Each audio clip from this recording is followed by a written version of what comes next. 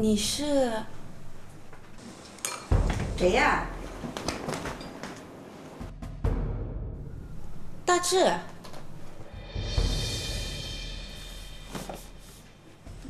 你怎么回来了？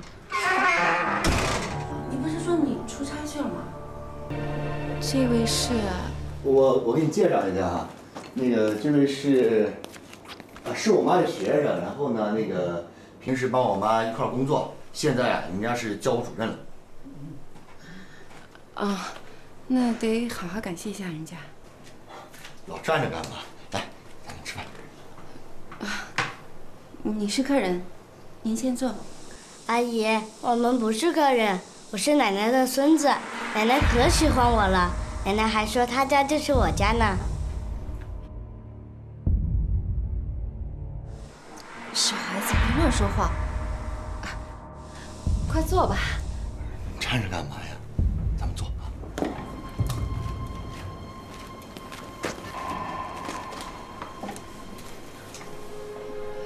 小朋友，你叫什么名字呀？我叫陈东。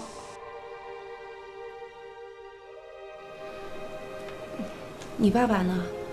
没有一起来吗？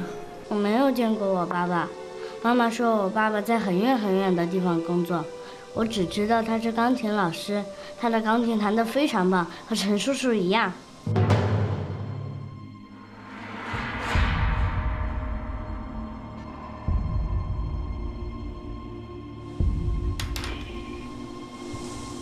阿姨，你看，这是我爸爸送给我的吊坠。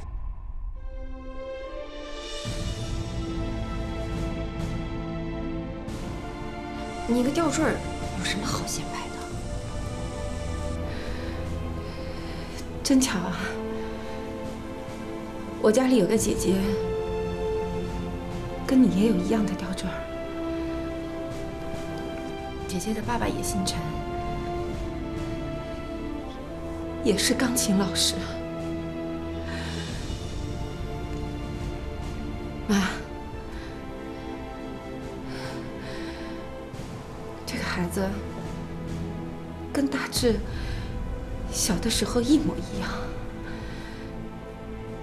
也太巧了吧！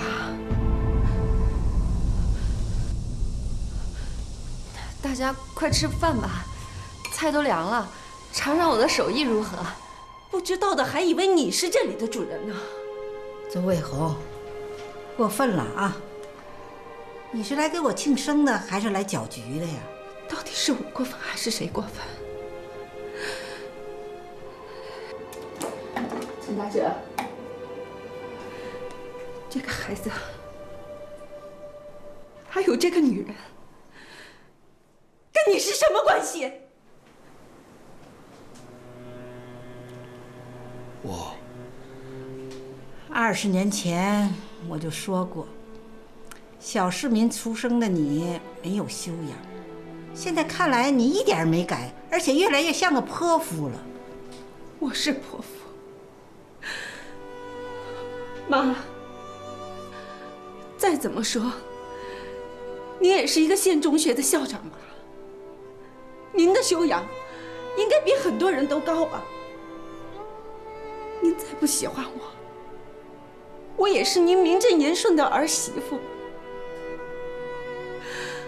我真没有想到，你居然会这么纵容你的儿子胡作非为。你放开！陈大志，来之前我就已经听说了，可我根本就不愿意相信。不过现在我知道了，我终于知道你陈大志到底在外面干了些什么事。哎，卫红，卫红，丫头，爸爸的新车怎么样啊？简直太棒了，稳重大气，跟你这种成功人士特别匹配。当然。陈大志先生，您的学生桃李满天下。不过呢，虎父无犬女，我现在呀也是川美的正式学生了。看，录取通知书。四川美术学院，行啊，丫头，不错呀。这样，咱们今天庆祝一下。咱们现在呢去接妈妈，接完妈妈咱们好好吃一顿。好。走。坐稳了。哎，听说那商场打折，咱们今天去看看吧。哎，行啊！哎，我正好要买护肤品哎。这女人啊，一到咱们这年龄就长斑，烦死了。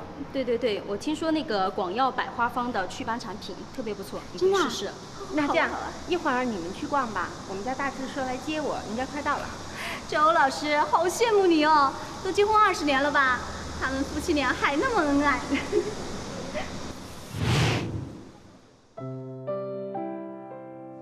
妈，老师们好。曾经是钢琴老师的陈大志，14年前辞去工作，自己开了一个钢琴培训班。经过多年的努力，在这座城市已经小有名气。他的妻子周卫红是一名小学教师，结婚20年来，夫妻俩相敬如宾。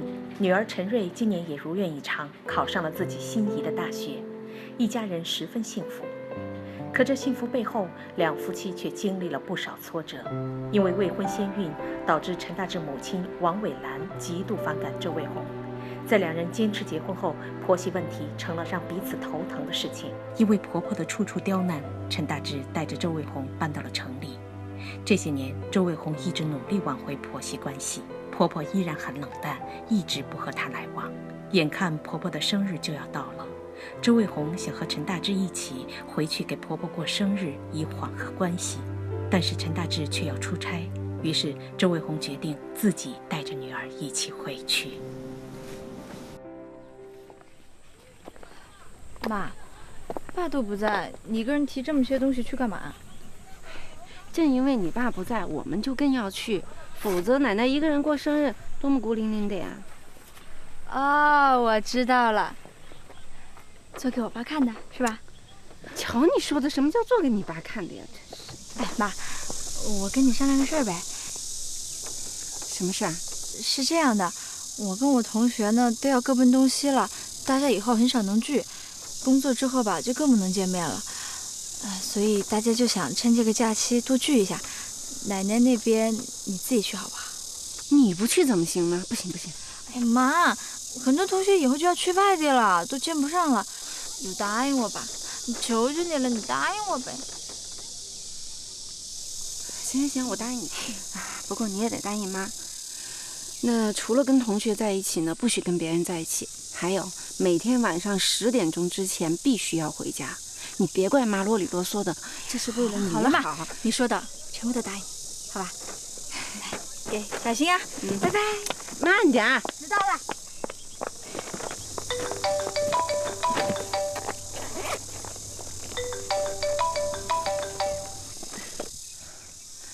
喂，嫂子，我也正打算给你打电话呢。我跟你说件事儿。嫂子，是这样的，我那个明天啊是瑞瑞的奶奶过生日，我打算回去给她庆祝一下。完了，我就想找你和哥聚一下，有什么事儿明天再说吧。我这儿拎着东西呢。你怎么还会去跟那个老太婆过生日啊？哎，我说你嫂子，我就知道你肯定会说我。不过再怎么说，那也是大志的妈呀，我总不能一辈子这么跟她僵持着吧。再说了，我跟大志都结婚那么多年了，他应该也不会再为难我了吧？我跟你说的事情就是跟他有关。有个叫陈凤英的女人，和你婆婆走得特别近。最奇怪的是，这个陈凤英啊，她没有结过婚，但是身边带着个孩子。这个孩子呢，跟你婆婆特别亲。我觉得这里边会不会有什么问题？不是，嫂子，是你想的太多了吧？我还不是担心你，你要是不信的话，你自己回去看嘛。喂，喂，嫂子刘梅的来电不禁让周卫红变得有些忐忑。虽然她十分相信自己的丈夫，但又觉得无风不起浪。思来想去，她认为自己有必要借着去给婆婆庆祝生日之机一探究竟。不错啊，东东，这次考试呢考得非常好，给你点奖励吧。说吧，想吃什么？那你想要什么奖励啊？我想跟你学钢琴。学钢琴？那这样，等我有时间呢，我就教你钢琴。太好了，我也可以学钢琴了。学钢琴。校长，没想到东东跟大志一点也不生疏，他正缠着大志教他弹钢琴呢。哎呀，要说学钢琴呐，东东早就该学了。校长，您别这么说，这些年啊，您已经为我们母子做得够多的了，我知足了。你呀，就是这么善解人意。哎，所以呢，我一直把你当成我儿媳妇的第一人选。哎，只可惜我那儿子啊，那不知好歹，没这个福分呐。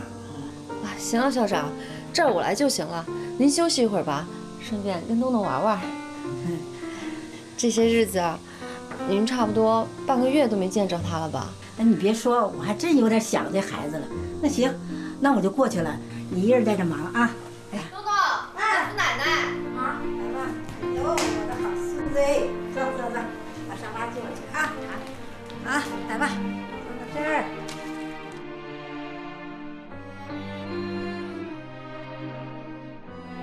啊，健康长寿。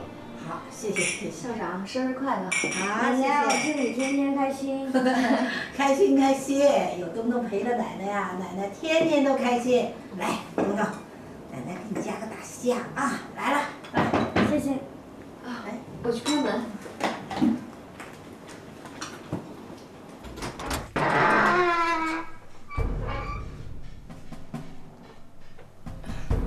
你是？谁呀？大志。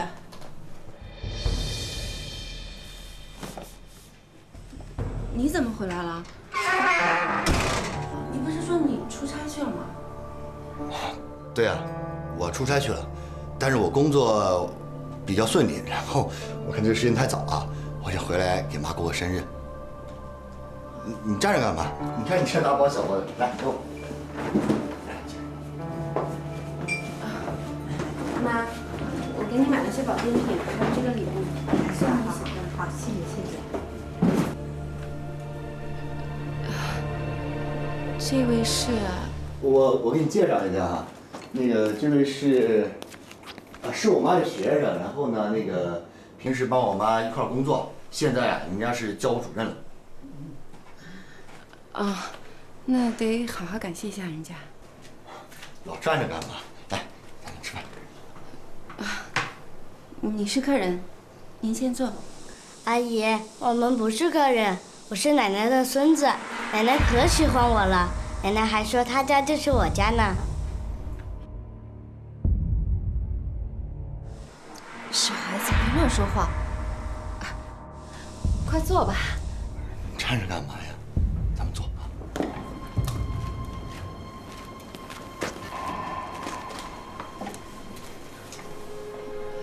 小朋友，你叫什么名字呀？我叫陈东。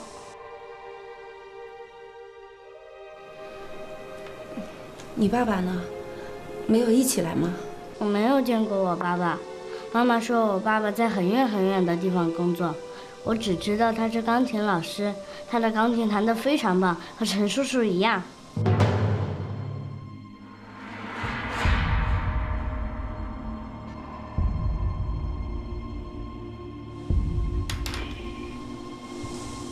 阿姨，你看，这是我爸爸送给我的吊坠。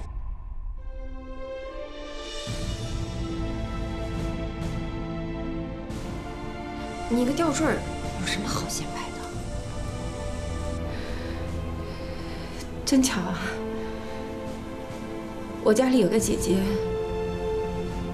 跟你也有一样的吊坠儿。姐姐的爸爸也姓陈，也是钢琴老师。妈，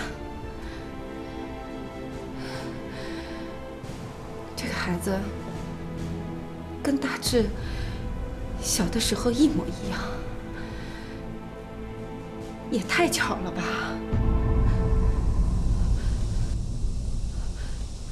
大家快吃饭吧，菜都凉了，尝尝我的手艺如何？不知道的还以为你是这里的主人呢。周卫红，过分了啊！你是来给我庆生的，还是来搅局的呀？到底是我过分还是谁过分？陈大姐，这个孩子还有这个女人，跟你是什么关系？我20年前我就说过，小市民出生的你没有修养。现在看来你一点没改，而且越来越像个泼妇了。我是泼妇。妈，再怎么说，你也是一个县中学的校长吧？您的修养应该比很多人都高吧？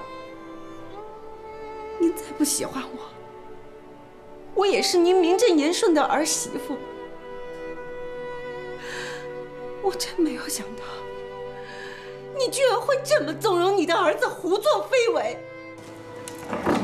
你放开！陈大志，来之前我就已经听说了，可我根本就不愿意相信。不过现在我知道了，我终于知道你陈大志到底在外面干了些什么事。哎，卫红，卫红，卫红，你有什么资格来教训我？校长，你没事吧？本来想开开心心跟你过个生日的，可是没想到。行了，反正这事儿啊，肯定会被他知道的。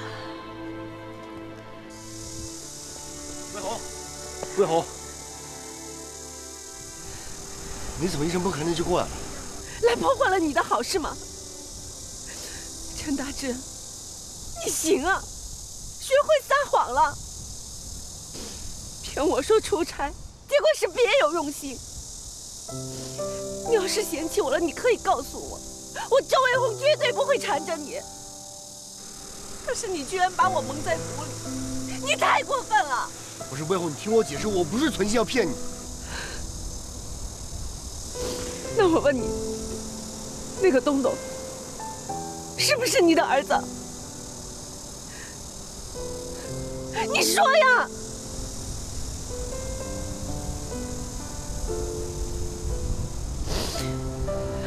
我明白了。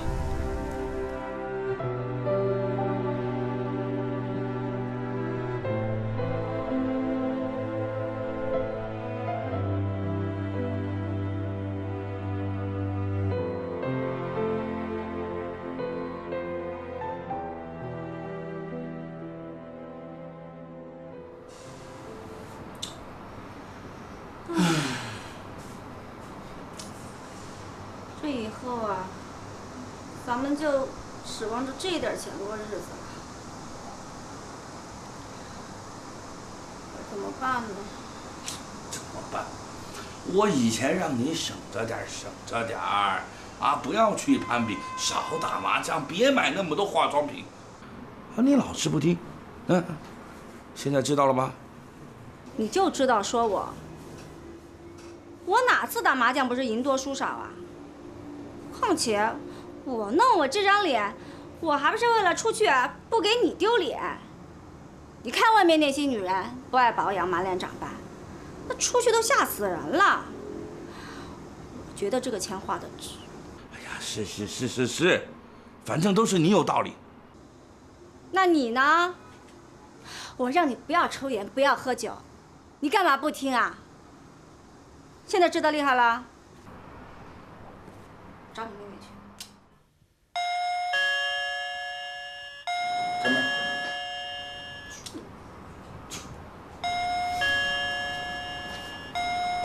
来了。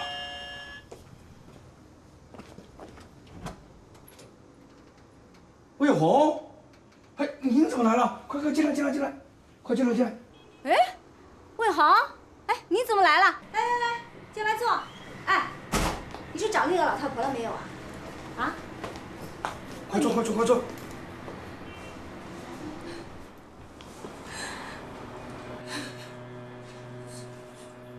听了周卫红的哭诉，哥嫂两人愤怒不已。嫂子刘梅更是直接去找陈凤英对峙。尽管如此，她并没能弥补周卫红被刺痛的心。陈大志的背叛让周卫红的生活坠入谷底。他很清楚，哭闹都是徒劳。冷静过后的他决定勇敢面对。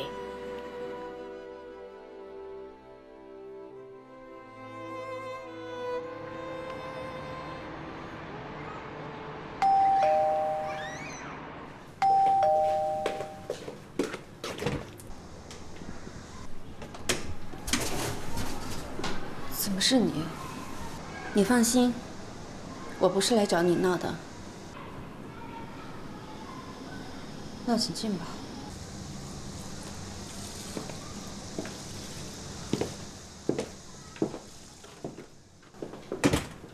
阿姨好。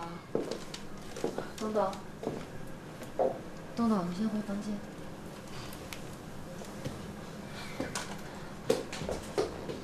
你坐吧，我给你倒杯水。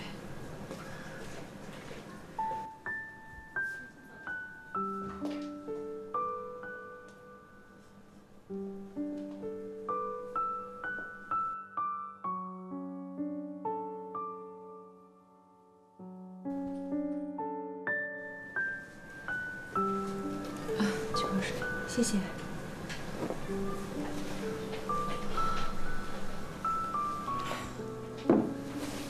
看得出来，你很爱你儿子。是的，他是我的一切。既然如此，那你为什么不给他一个完整的家？据我所知，你到现在都还没有结婚。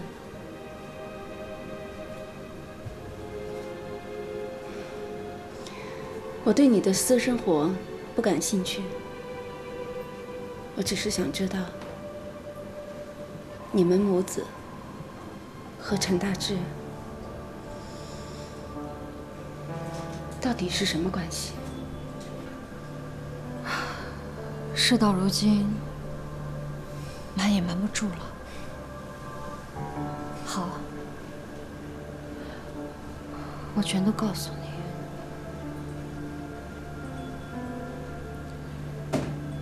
我跟大志从初中到高中一直是同班同学，他是班长，我是学习委员。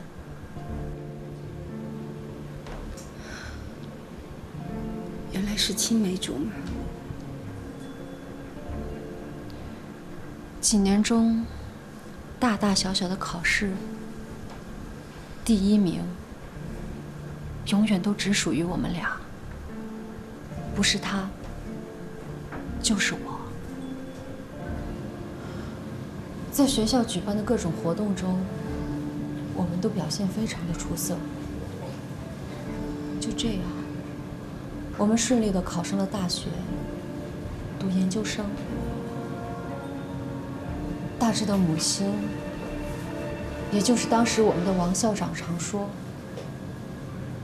我们是他教过的学生中最优秀的。他不会是把你当成儿媳妇的人选了吧？是的，校长亲口对我说，想我做他的儿媳妇。我也一直以为大志是喜欢我的，只是碍于他脸皮薄，没有向我表白而已。直到你的出现，彻底地打乱了我们的生活。这跟我有什么关系啊？你把大志迷得神魂颠倒，为了你，他不惜与自己相依为命的母亲翻脸。那时的校长有多伤心，多失望。他连死的心都有。可我和大志是真心相爱的。你既然爱他，就应该为他着想。在事业上，你帮不了他也就算了，可在生活上，你真正的关心过他吗？除了你和小瑞，校长是他唯一的亲人。可是你对以前的事一直耿耿于怀，这让大志夹在中间，非常为难。8年前，大志想把他患有心脏病的母亲接过去跟你们共同生活，没想到却遭到你断然拒绝。我根本就不知道大志的妈妈有心脏病。大志他只是跟我说他妈妈身体不好。我当时在想，老年人有个头疼脑热也是正常的。再说我是真的很怕跟他住在一起，所以我让大志去给他请一个保姆，所有的费用由我们来出。保姆？你以为保姆可以代替自己的亲人吗？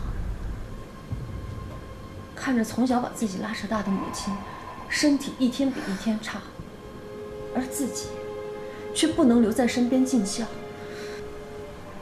大志郁闷极了，以至于在那年的同学会上，他借酒消愁，结果醉得一塌糊涂。没事，我没喝醉。那你们慢慢玩，慢慢喝，玩高兴啊！同学再见啊！再见，再见，同学再见。慢点，大志。没事，我没喝醉。你以后别喝这么多了，我送你回去。我不回去。我看见我妈成天愁眉苦脸的，我心里难受。我不回家。我不回去。行。不回去，走吧。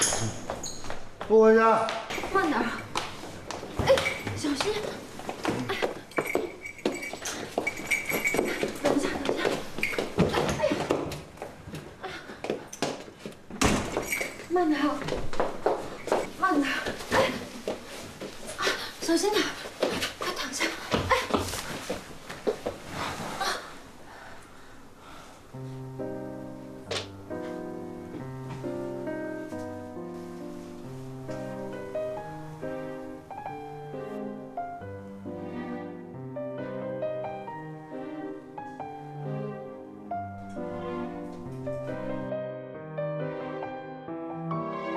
魏红，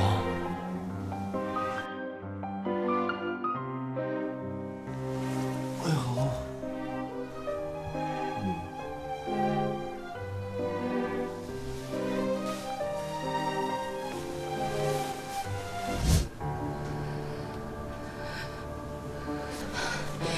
你们实在是太过分了。我承认，当时我是有些意乱情迷。可大志毕竟是我一生中唯一爱过的男人，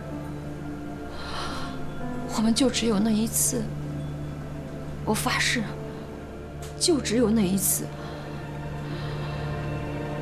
第2天，大志酒醒以后，留下了一封信，就离开了。那你们为什么到现在还纠缠不清？1个月以后，我发现我怀孕了。我也不知道当时哪来的勇气，想要把这个孩子生下来。那大志他知道你怀孕吗？他知道。他求我打掉孩子，可我没同意。虽然我知道他的心里只有你，可我坚信，只要生下这个孩子，他迟早会回到我的身边。因为你能给他的，我照样能给；你不能给他的，我也能给。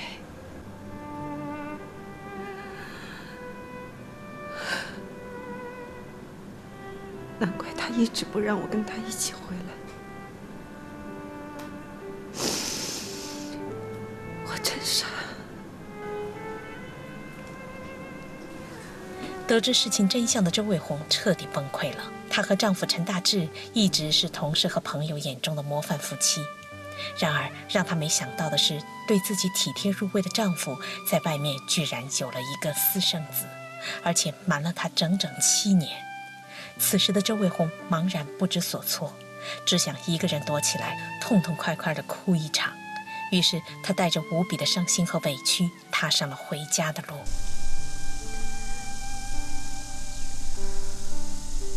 大志，我们分手吧。分手？卫红，我不会同意分手的。可是我们注定没有结果。我们马上结婚，我不可能让你和孩子受委屈的。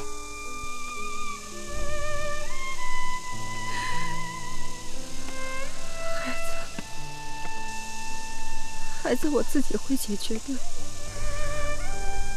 不行，我们把孩子生下来吧，好不好？我何尝不想呢？可是我知道你想说什么。你是我的学习辅导员，你比我大3岁，关键是我妈也强烈反对，但这些都不重要。重要的是我喜欢你，我爱你，我就想和你在一起。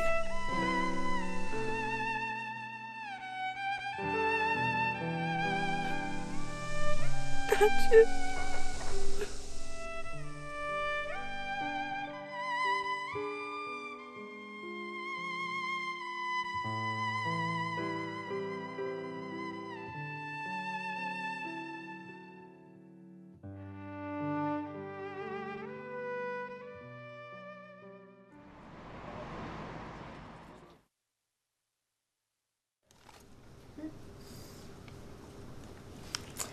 好烦啊你！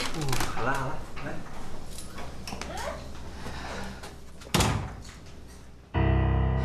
陈瑞，妈，你们在干什么呀？这谁呀？阿姨，出去，出去，出去，快点！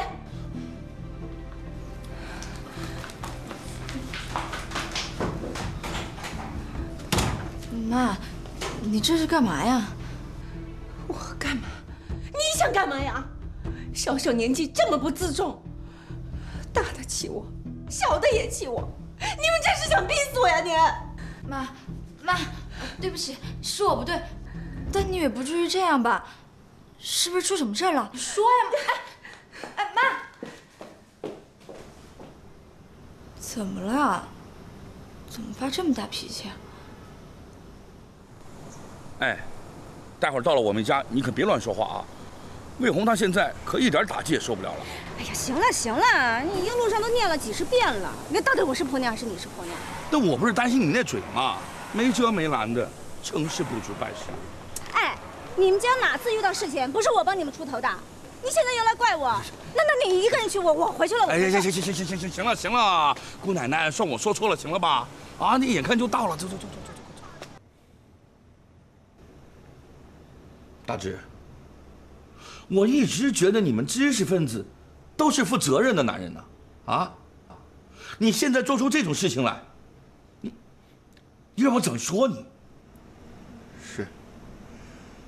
是我不好，我对不起魏红，我也辜负了你们对我的信任。可当时，我真的就是一时的糊涂。我和魏红的感情你们都知道，我从来就没想过我会背叛她。你当我们傻呀？你跟那个女人的孩子都那么大了啊，你还口口声声的说你不会背叛我们家魏红，你也太卑鄙了吧！我跟你说，你今天必须当着我们的面给我们家魏红一个说法。爸，你真的太过分了，我完全没想到这种事会发生在你身上。事情不是你们想的那样，我当时真的就是喝醉了。当我醒过来的时候，我心里特别的后悔。我苦苦的去哀求他，让他把孩子给打掉，可无论我说什么，他都不愿意。后来孩子出生了，我想着孩子是无辜的，我就只能背着你们偷偷的把孩子给养大。哥，我和魏红做了20年的夫妻了，我求求你，你去帮我劝劝他，让他给我一次机会。给你个机会？那谁给我们家魏红机会啊？你现在有点钱你就出去包个2男，那以后等你钱挣多了，名声大了，你还不出去养个小3小4的呀？就事论事，你是劝和还是劝离呀？我跟你说，像他这样的人呢，就应该给他挑明了说，不然他还会犯错误，以后有你妹妹苦头吃。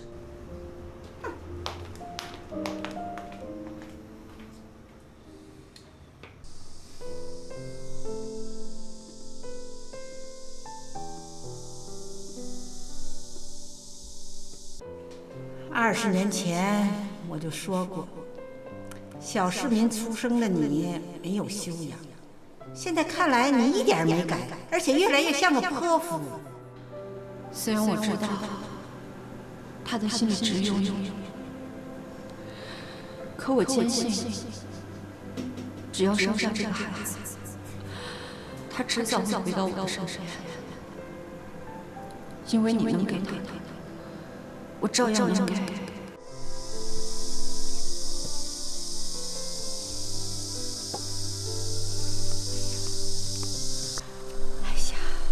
我说魏红，你为那样的男人哭，不值啊！我一直以为我跟陈大志的感情比谁的都深，谁也动摇不了。可现在看来，也只不过是不堪一击。哎呀，我说，这年月，这离了谁不能过？你看你条件那么好，到时候我让我那些姐妹给你介绍个比他好10倍、100倍、1000倍的，我气死他我！这换作是我呀，我直接离了。话倒是说得容易，我都活到这把年纪了，突然间什么都没有了，我真不知道自己以后该怎么办。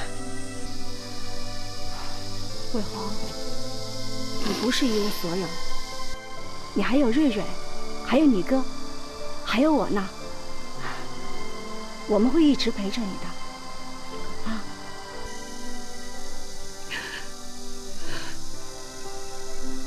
谢谢。坚强点儿，啊！坚强点儿。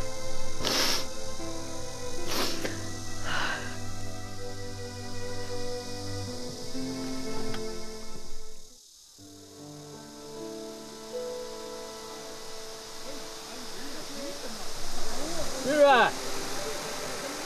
瑞瑞，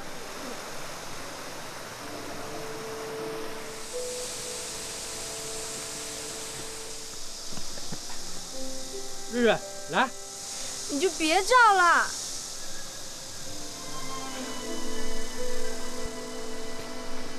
瑞瑞，你怎么了？是不是我昨天走了之后，你妈妈她又骂你？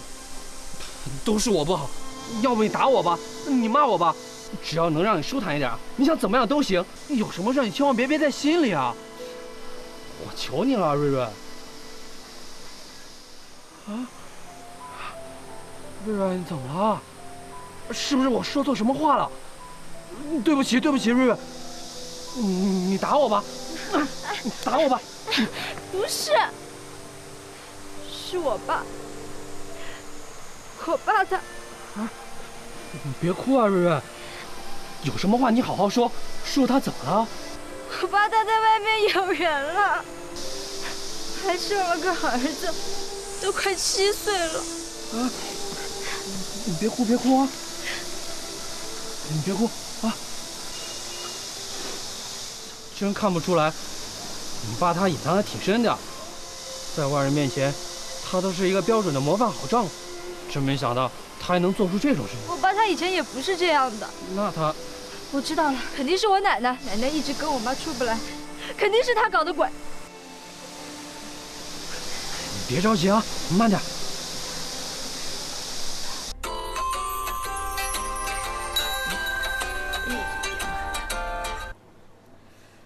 喂，瑞瑞呀，你看好长时间没给奶奶打电话了。我爸跟我妈闹翻的事你都知道了吧？他们怎么了？你帮我爸把小三养在家里，这样对我妈来说公平吗？我知道你不喜欢我妈，但她毕竟跟我爸在一起这么多年呢，你怎么能做出这种事情呢？瑞瑞呀，你听奶奶说哈，这事儿太复杂，奶奶一时半会儿跟你说不清楚。我不听你解释什么，我只想告诉你，现在如你所愿，他们打算离婚了。但是你有没有想过，我爸的培训学校才刚刚起步，他堂堂一个校长，传出这种事儿，对学校的影响得有多大呀？你是赶走了我妈，但是你也害了自己的儿子。哎，瑞瑞，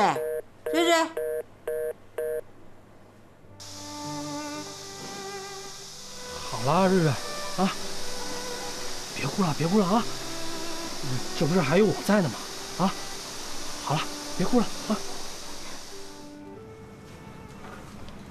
我今天把大家叫到一起来，是有重要的事情要宣布。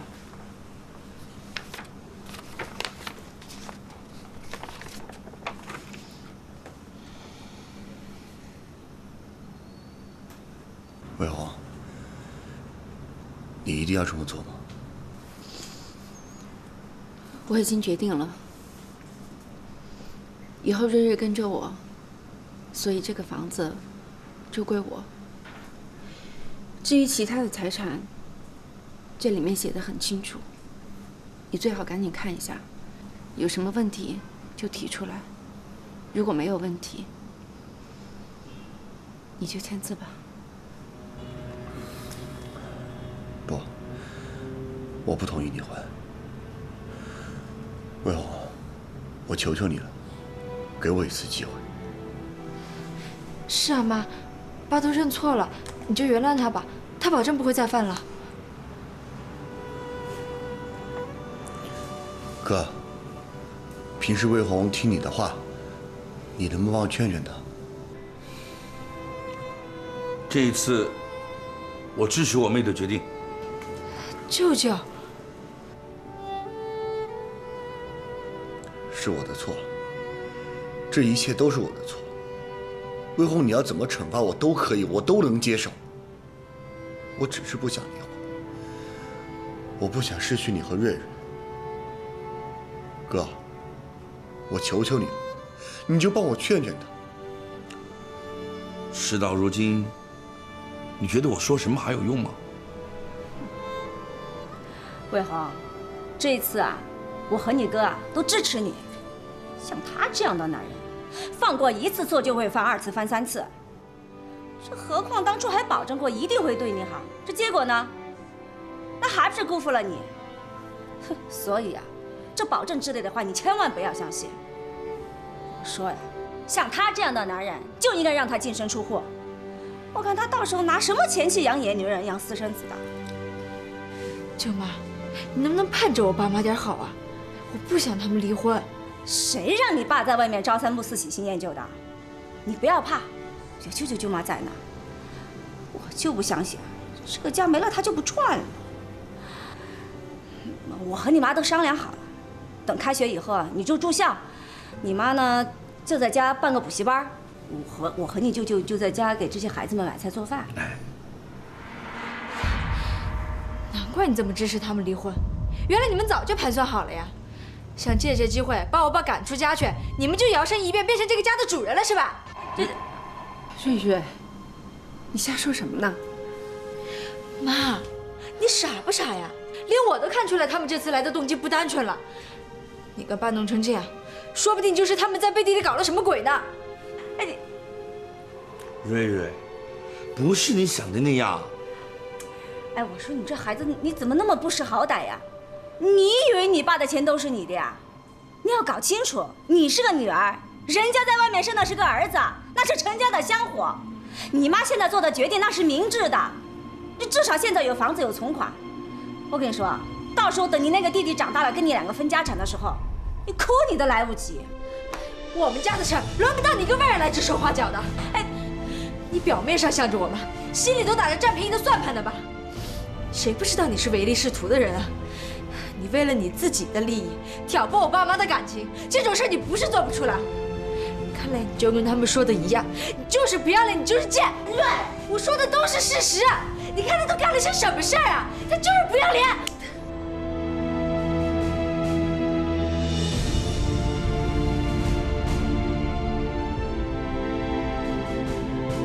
我怎么就教出你这么一个不懂尊重长辈的人？你打我，你居然打我！哎，丫头，瑞瑞，瑞瑞。哎，瑞瑞，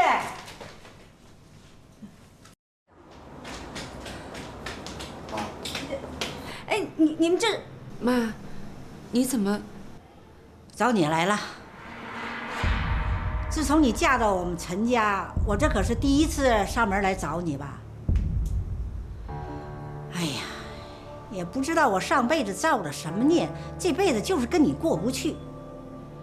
我曾经是不接受你这个儿媳妇儿啊，咱们俩斗了这么多年，结果还是你厉害，你把我儿子抢走了，我成了一个孤老太婆了。妈，哎，行了行了，什么都别说了啊。这次这件事儿不就是为了这孩子吗？啊，今天我把东东带来了，啊，让他当着你的面给你说一声对不起，行了吧？东东，给阿姨跪下，跪下！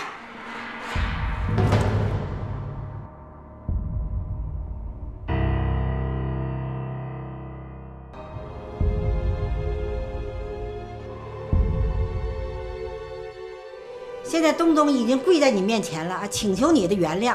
你今天要是不答应的话，他今天是不会起来的。干什么呀？你干什么呀你啊？你威胁我们家魏红啊？我告诉你，我们家魏红不吃这一套。魏红，你可千万不要心软，这到时候你后患无穷的。哼，你喜欢跪是吧？那你就爱跪多久跪多久，随便跪啊。魏红，凤英苦苦的等了大志20多年，为了大志呢，宁肯终身不嫁。我当时就念及他的一片痴情，没有下决心让他把孩子打掉，结果深深伤害了你。千错万错都是我的错，要怪你就怪我，行吧？我请你呢，不要跟大志离婚。他呢，事业刚刚起，这事儿要传出去，他可就全完了，他再也经不起折腾。还有呢，不管怎么说，大志都是瑞瑞的亲爸爸吧？啊，这事要闹开了，对孩子也没有任何好处，你说是不是？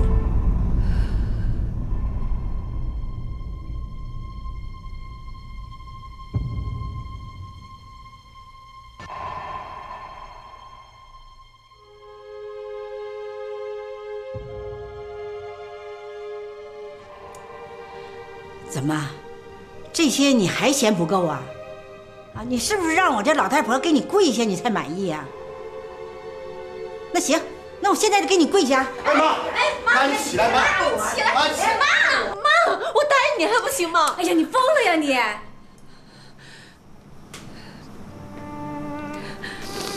我知道我在做什么，小子。妈，你先让孩子起来吧。东东，起来。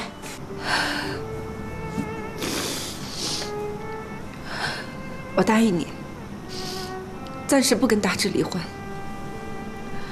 不过我只能给他1年的时间，这也算是我对他事业最大的支持了吧。其他的条件，你就不要再跟我提了。哎，魏红。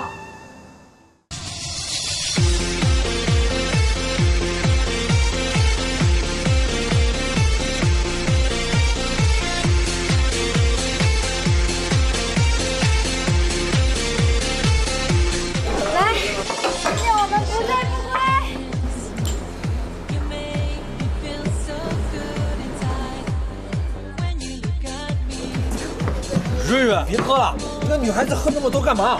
走，跟我回去。我乐意，你别管。不好意思啊，各位。好了好了，别喝了啊，跟我回去吧。哎呀，你好烦呐！你回去吧。好的。喝个酒怎么了嘛？美女，喝个酒吧。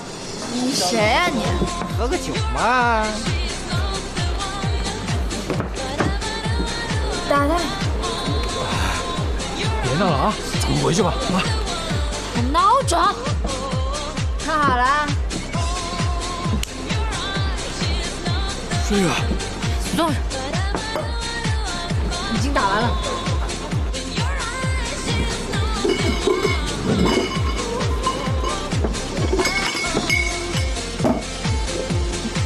喝了，不喝今天别想出去。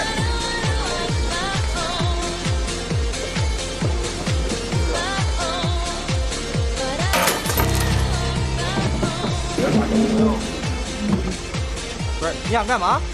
你想干嘛？我倒要看看，今天谁别想从这儿出去。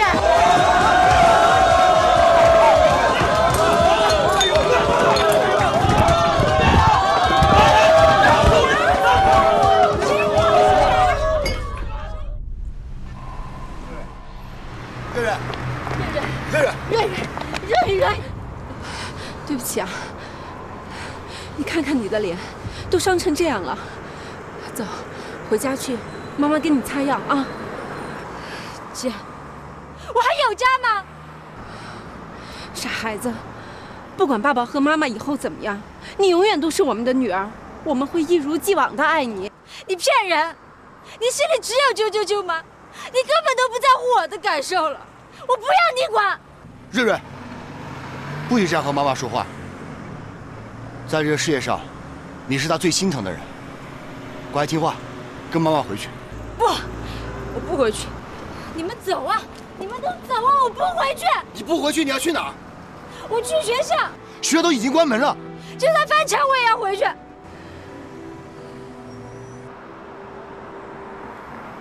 那我送你。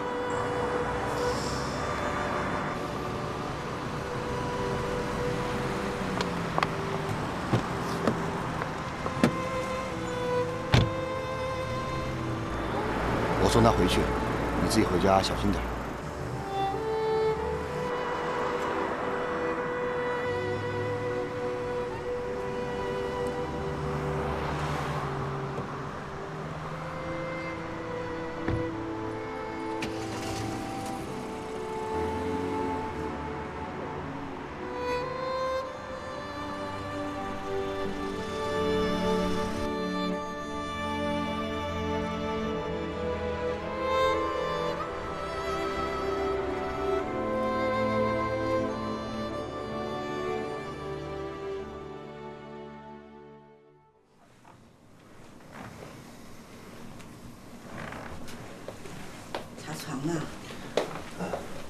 大志啊，你看魏红那边的事儿也解决了，你就在妈这儿踏踏实实的多住几天，好好陪陪妈，好吧？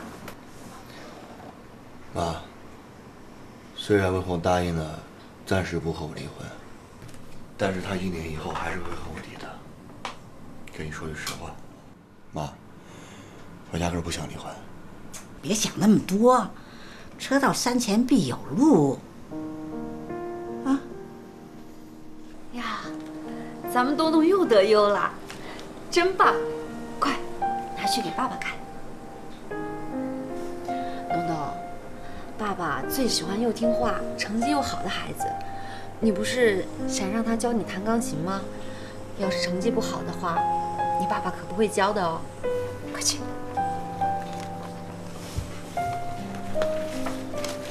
哎，东东，别忘了叫爸爸。其实魏红这个人呐，爸爸，你叫什么？谁让你这么叫的？我在问你话，谁让你这么叫的？是妈妈。东东，怎么了，东东？他叫了什么？谁让你这么叫他的？东东是你的亲生儿子，他叫你一声爸爸，哪儿错了？陈凤英，我告诉你，我就算离婚了，也不可能和你结婚。行了，大志，你少说2句吧。那凤英为了你付多少，你心里应该是清楚。行了行了，凤英别哭了啊！你也应该体谅大志啊！你看这些天来家里发生多少事儿，他心里肯定挺烦的，所以脾气不好，别往心里去啊！看那眼哭得跟小花猫似的。哎，大志，干什么去啊？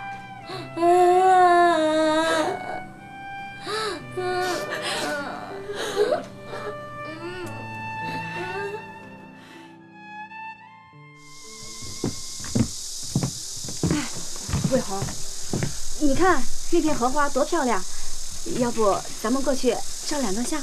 哎，对对对，我给你们照，我给你们照。你们去拍吧，我想坐一会儿。哎，魏红，这要不咱们去划船吧？划船多好玩啊，哎，是吧？对。我不想去，你们去吧。那要不魏红，你看你想玩什么啊？我跟你嫂子都陪你去，难得咱们出来一天，你看这门票我都买了嘛。就是。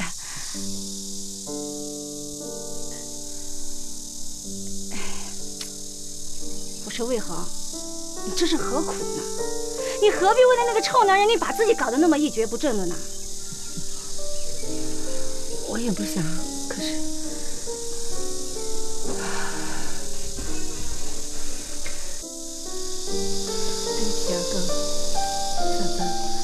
你们的事情我一点没帮上忙，反而还要你们为我操心。哎呀，你还跟我们客气什么呀？这不过我倒是觉得，你应该找点什么事情来做，好分散注意力，这免得你老是走不出那个阴影。这要不你去练什么瑜伽，放松。出什么馊主意呢？你是不知道，那魏红呢，从小就不爱运动啊。这个，要不咱们就像之前说好的那样，你在家办个补习班，你负责给那些孩子们补习，我和你哥呢就给这些孩子们买菜做饭。这样你一忙起来，什么烦心事你不就忘了吗？这二来，我和你哥的就业问题，这也解决了。哎，对，这主意好啊！魏红，你看呢？这好倒是好，但是我们学校现在不让老师在外面办补习班，那万一让学校领导知道……哎呀，你怕什么呀？怕这年月，吃死打大的，饿死点小的。我看见小区好几个老师都在家办补习班呢。哎呀，你就不要再犹豫了，咱们就这样说定了啊！明天我和你哥就去买桌子、买板凳。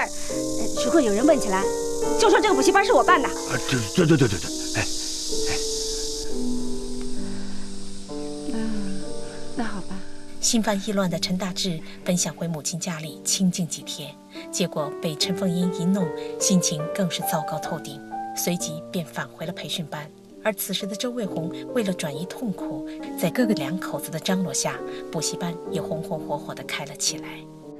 来，这边来坐。请问这里是补习班吗？对，来，请进来。稍等一会儿啊，我一个一个来。好。周老师，你早该办班了，你得好好帮帮我家的孙子。放心吧，没问题。谢谢。请问周老师是不是在这儿啊？对，在这儿。我给你介绍，那位就是我们的周老师。